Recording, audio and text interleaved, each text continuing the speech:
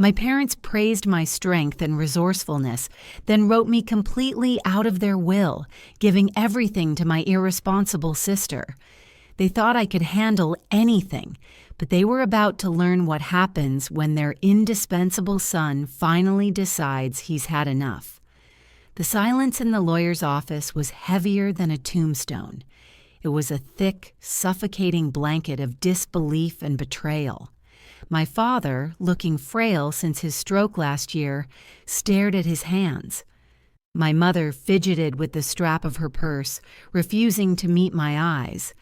And my younger sister, Chloe, had the decency to look slightly uncomfortable. But that was it. Just uncomfortable. The lawyer, a man with a face like worn leather, had just finished reading the key passage of my parents' updated living trust. And upon our passing, the entirety of the estate, including the family home located at 123 Oak Street and all associated liquid assets, shall be bequeathed to our beloved daughter, Chloe, he'd read. His voice a monotone drone that didn't match the explosion it had set off in my world. The entirety, everything, the house I grew up in, the house I had spent the last 5 years maintaining. The savings my parents had always told both of us were for the family's future, all of it to Chloe. And me? I was mentioned, yes, in one single, soul-crushing sentence. To our dear son, we leave our unending love and gratitude for all his support, knowing his resourcefulness and strength will always see him through. It wasn't a will, it was a pat on the head, a thanks for playing consolation prize after a lifetime of service. I was the family's unpaid general contractor, therapist, and IT department, all rolled into one. When Dad had his stroke, who quit their job in the city to move back home and manage his recovery? Me. Who created the color-coded spreadsheet for his 17 different medications and drove him to every single physical therapy appointment? Me. Who fixed the leaky roof last winter, replumbed the guest bathroom, and spent an entire weekend digging a trench to fix a drainage problem in the backyard? Me. I was the reliable one, the strong one, the resourceful one, and apparently that was my inheritance. The privilege of being capable. Chloe, on the other hand, was the dreamer, the artist. She'd bounce from one creative project to another, never holding a steady job for more than 6 months. She was lovely and charming, but about as practical as a chocolate teapot. My parents had always coddled her, bailed her out of financial scrapes, and cooed over her sensitive soul. I always thought it was just because she was the baby of the family. I never, in a million years, thought their favoritism ran this deep. After an agonizingly long silence in that office, I finally found my voice. It came out quiet, dangerously calm. Why? My mother finally looked at me, her eyes pleading. Honey, you have to understand, Chloe. She needs the security. She's not as grounded as you are. You've always been able to take care of yourself. We never had to worry about you. Every word was a perfectly aimed dart. My success, my reliability, the very qualities they'd always praised me for, were now being used as the justification for cutting me out completely. I was being punished for my competence. I stood up, my chair scraping harshly against the polished floor. The lawyer flinched. I see, I said, my voice still level. Well, in that case, my support is no longer needed, is it? I looked from my mother's shocked face to my father's downcast one, and finally to Chloe, who was now staring at me with wide, panicked eyes. You have your security now, Chloe. Congratulations. I walked out of that office and didn't look back. I went home, packed a bag, and drove to a hotel. That night, I sent them one final text. It was a group message to all three of them. As per your wishes, I will be stepping back so Chloe can step up. You wanted her to have the security. Now she can have the responsibility that comes with it. Do not contact me for repairs, financial questions, medical transport, or emotional support. You have made your choice, and now I am making mine. Then I blocked all their numbers. The first week was agony. The phantom limb of responsibility twitched constantly. I kept checking my phone, expecting a panicked call about a blown fuse or a confusing letter from the bank. But there was nothing, just silence. The second week, the agony began to fade, replaced by a strange, exhilarating lightness. I went for long hikes. I read entire books without interruption. I realized I hadn't had a single day to myself in 5 years. The third week was peace. I found a small apartment for rent and started moving my things out of my parents' house while they were out, leaving the key on the counter. The fourth week was the beginning of a new life. I started applying for jobs back in the city, reconnecting with old friends, feeling the calloused shell around my heart begin to soften. I was finally, for the first time, just responsible for me. It was a Tuesday night, exactly 1 month and 2 days after I had walked out of that lawyer's office. I was cooking pasta, listening to music, feeling genuinely happy. My phone buzzed on the counter. It was an unknown number. I usually ignore them, but some instinct made me look closer. It was a local area code. My stomach tightened. I let it ring a third time before picking up. I didn't say a word. I just listened to the ragged, panicked breaths on the other end. Then my mother's voice, a sound I hadn't heard in a month, cracked through the speaker. "Honey? Oh, thank God, it's your father. You need to come home. Now." A cold, hard knot formed in my gut. A muscle memory of 5 years of emergency calls and middle-of-the-night crises. The old me, the reliable son, wanted to grab his keys and break every speed limit. But the new me, the one who had spent a month learning to breathe again, stood his ground. Ice water trickled through my veins. "What happened, Mom?" I asked, my voice devoid of the panic she was expecting. "He fell. Oh God, he fell down the basement stairs. He was trying to change the fuse for the dryer." Her voice was a ragged whisper, punctuated by a sob. "He's not moving much, and he's talking nonsense. Chloe is out. Somewhere. She's not answering her phone." Changing the fuse. A 2-minute job I had done 100 times. A job I had explicitly shown Chloe how to do before I left. My jaw clenched. "Have you called 911? There was a pause. A stunned, confused silence. "What? No, I called you. You're closer than the ambulance, honey, please." "No, I'm not," I said flatly. The lie felt like liberation. "I'm an hour away. The paramedics can be there in 10 minutes. Hang up the phone right now and call 911. Tell them you suspect a head injury and possible spinal damage from a fall." I was giving orders, my voice the same calm, detached tone I used to use when I managed his care. "But," she started, the sound of her protest wet with tears.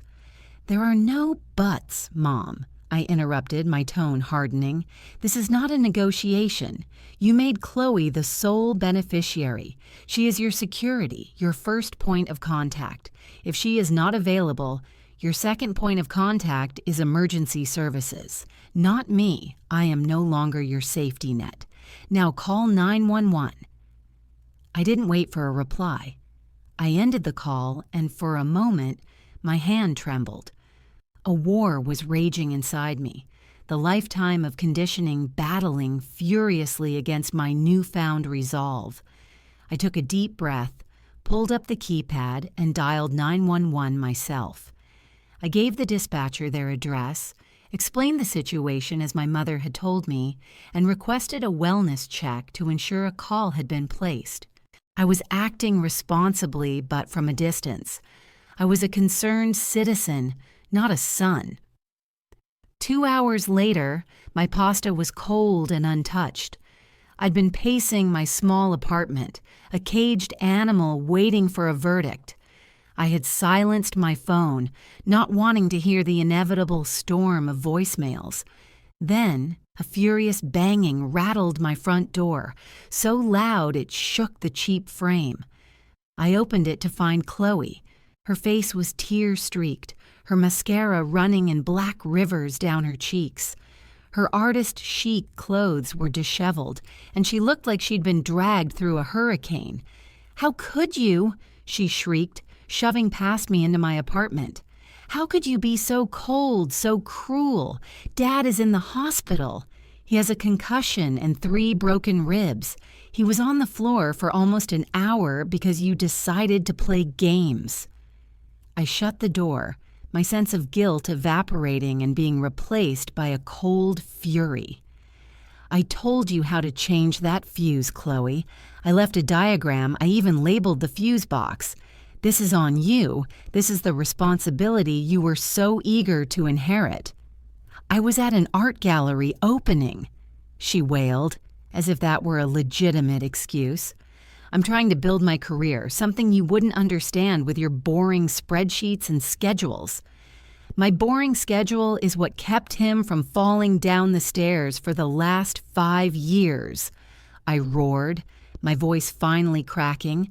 "My boring schedule made sure his medication was filled, the bills were paid, and the house didn't fall down around your ears while you were out building your career. You wanted the house. You wanted the money. You wanted the security.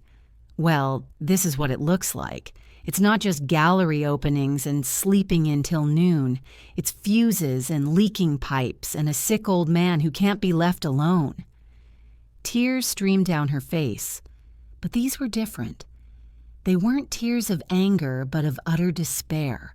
She looked at me, her eyes wide and haunted, and her next words came out as a broken, shuddering sob that cut through my anger and hit something deep inside me. "You think this was about the money?" she cried, her body trembling. "You think they just chose me? You are so stupid. They did it because Dad is dying. The inheritance isn't a gift, it's a medical fund, and they thought you'd walk away and abandon them completely if you knew the truth."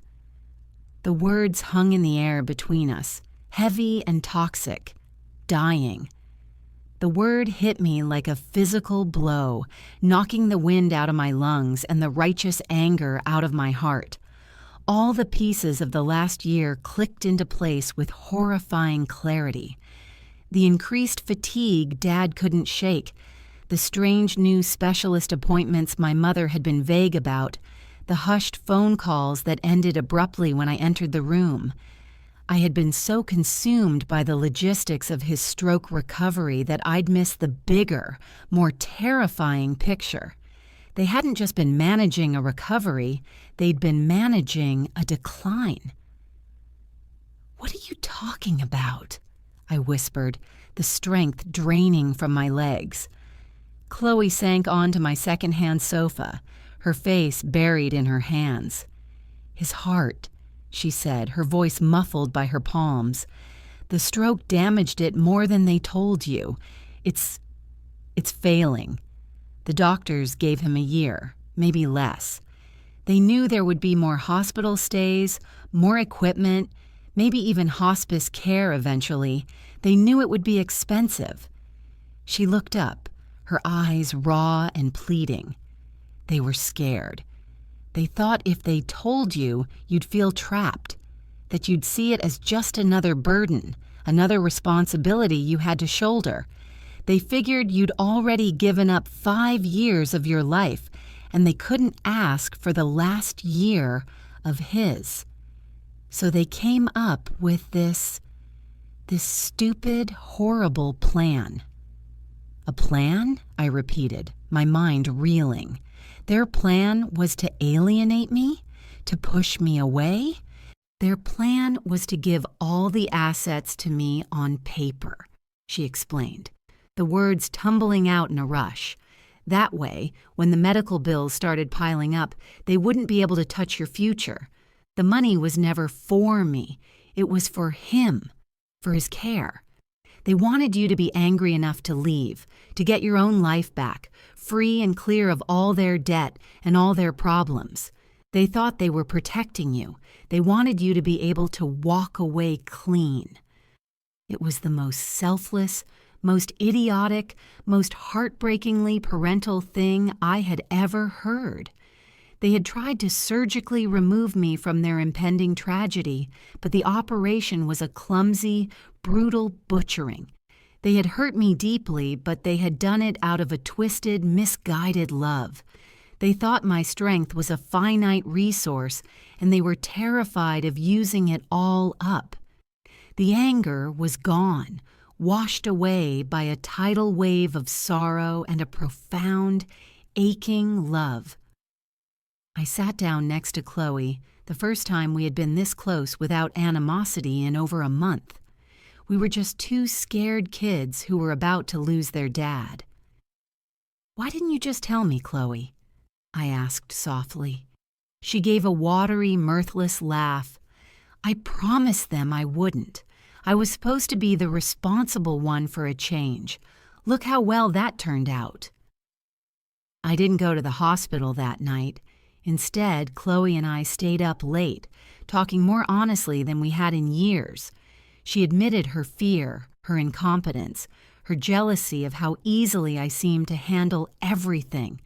I admitted my resentment, my exhaustion, and the loneliness I felt being the family's designated pillar of strength. We weren't rivals for an inheritance.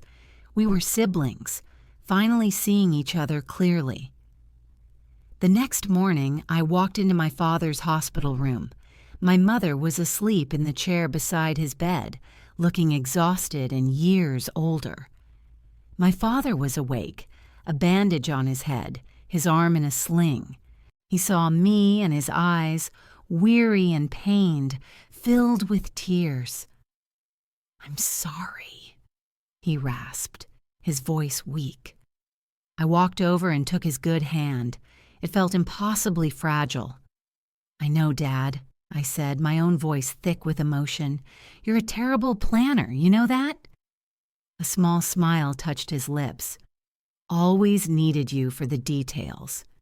"Yeah, well," I squeezed his hand gently. "You've got me, for all the details." My mother woke up then, her eyes widening when she saw me. She started to speak, a torrent of apologies and explanations on her lips, but I just shook my head and went to her, wrapping my arms around her. She clung to me, sobbing, and in that moment, all the bitterness was gone. We reversed the trust a week later. Everything was put back into a shared family account under my management. It wasn't an inheritance anymore, it was a war chest, one we would use to make my father's last months as comfortable and full of love as possible. The dynamic shifted. Chloe, no longer pretending to be a financial manager, bloomed. She became the keeper of morale, reading to Dad, bringing art supplies to his bedside, and making Mom laugh. I handled the doctors, the insurance, the finances, the boring things I was good at. We weren't the reliable son and the dreamer daughter anymore. We were a team. Dad lived for another 10 months.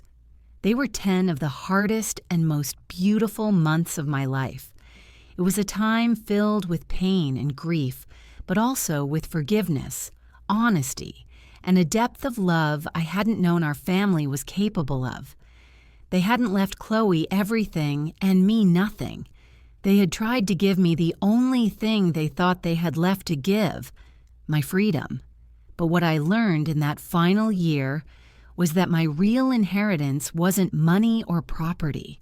It was the strength they had seen in me all along, and the unconditional love that had been there the whole time, buried under a mountain of misunderstanding. And that was worth more than anything they could have ever written in a will.